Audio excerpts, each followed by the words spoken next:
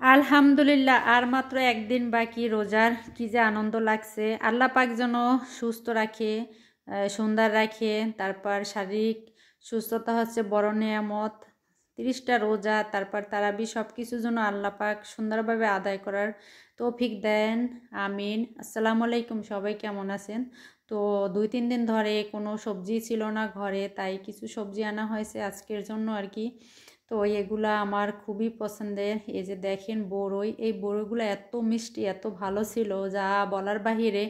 আমি এর আগেও 2-3 বার বড়ই খাইছি, কিন্তু এই বড়ইগুলোর স্বাদ অন্য রকমের।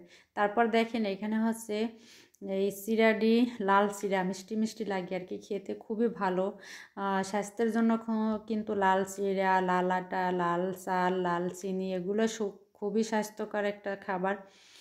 তো এরপরে দেখেন আমি হচ্ছে রমজান আসার আগে একটু পরিষ্কারের কাজ করে নিয়েছি। তাই আমি আমার বেডরুমটাকে ভালোভাবে একটু পরিষ্কার করে নিয়েছি। এই যে খাট কিন্তু মোছামুছি করেছি, তারপর বেডশিট চেঞ্জ করেছি। এগুলো আমি হচ্ছে ভিজাইয়ে রাখছি। তারপরে বালিশ, খাতা, কোলবালিশ এগুলো সব কিছুই আমি কিন্তু ছাদে রোদে দিছি, টাটকা রোদ আর কি। তারপরে সব কিছুই কিন্তু মোছামাছি করছি। নর্মালভাবে ধুল টুল পরে আর কি বাসার মধ্যে। আসলে প্রত্যেক দিনই কিন্তু ধুলবালি পরে, আমি প্রত্যেক দিনই কম বেশি কিন্তু ন্যাকড়া দিয়ে মোছামুছি করি। তা আজকে একটু ভালোভাবে মুছছি আর কি। তো এগুলা টিভি, তারপরে এই যে দেখেন অলক্লোথ সব কিন্তু মোছা হয়েছে সুন্দরভাবে একবারে। অনেক সুন্দর করে পরিষ্কার করা হয়েছে। তো আলহামদুলিল্লাহ, পরিষ্কার পরিচ্ছন্নতা থাকলে খুবই ভালো লাগে। আর যেহেতু রমজান মাস আসছে, পবিত্র মাস, তো আল্লাহ পাক আমরা দেখেন 12 মাসের মধ্যে 1 মাস আমরা আল্লাহর শুকরিয়া, তারপর আল্লাহর নিয়ামত আদায় করব। আল্লাহ আমাদের সুস্থ রাখুক। এরপর দেখেন আমি হচ্ছে চুলাটাকে পরিষ্কার করে নিয়েছি। তো খুবই ভালো করে ক্লিন করে নিয়েছি। তারপরে হচ্ছে একটু ডালও রান্না করব। আমার কিচেনটা এত ছোট, একবারই মনে করেন রান্নাবান্না করতে গেলে আমার খুবই সমস্যা হয়। যার কারণে মালামাল এদিক ওদিক একবারে এলোমেলোও থাকে, আবার খুবই কষ্ট হয় বলতে গেলে। অনেক অনেক ছোট পাকঘর। তো কিচেন টিচেন সব কিছু আমি পরিষ্কার করে নিয়েছি। এই যে তারপরে কলস, জগ টক এগুলো সব কিছুই সুন্দর করে আমি ভিমবার দিয়ে সব কিছু সুন্দর করে পরিষ্কার করে নিয়েছি। তা আলহামদুলিল্লাহ সব কিছু ভালোভাবে হয়েছে। তো এরপরে আমি একটু ডাল রান্না করছি, ডাল বাগারও দেবো হচ্ছে।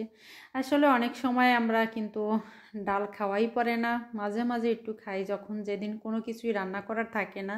তাই এদিন একটু ডাল রান্না করছিলাম। এটাই হচ্ছে আগের ভিডিও, আর সবজিটা হচ্ছে আর কি একটু পরের ভিডিও। তারপরে দেখেন মাছ আমি এ পর্যায়ে একটু ভাজি করে নিলাম। এগুলো হচ্ছে আপনার রিডা মাছ। তো এই মাছগুলো একবারই কাটা ছাড়া খেতেও খুবই ভালো লাগে। আর এই গাছের পুঁই মুচি, এগুলা হচ্ছে আমার গাছের পুঁই মুচি। তো মাশাল্লাহ অনেকে দেখি ভিডিওতে পুঁই মুচি খুব মজা করে রান্না করে খায়।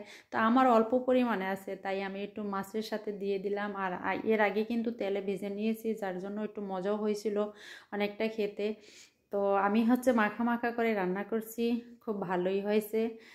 তো এভাবেই আমি রান্না করি আর কি কম বেশি। এ পর্যায়ে দিয়ে দিচ্ছি হচ্ছে ধনিয়া পাতা। ধনিয়া পাতা দিলে তরকারিটা অনেক অনেক মজা হয়।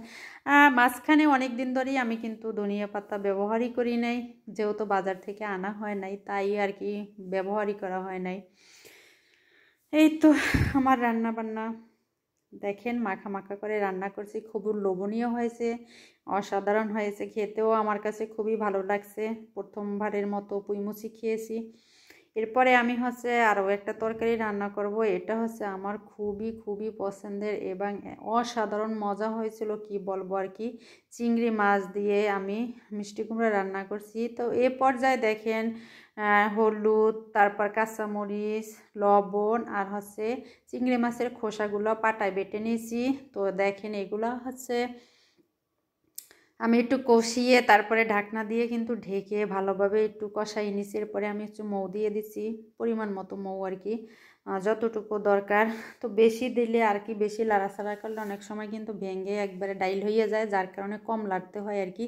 তো এ পর্যায়ে আমি বাগার দিব।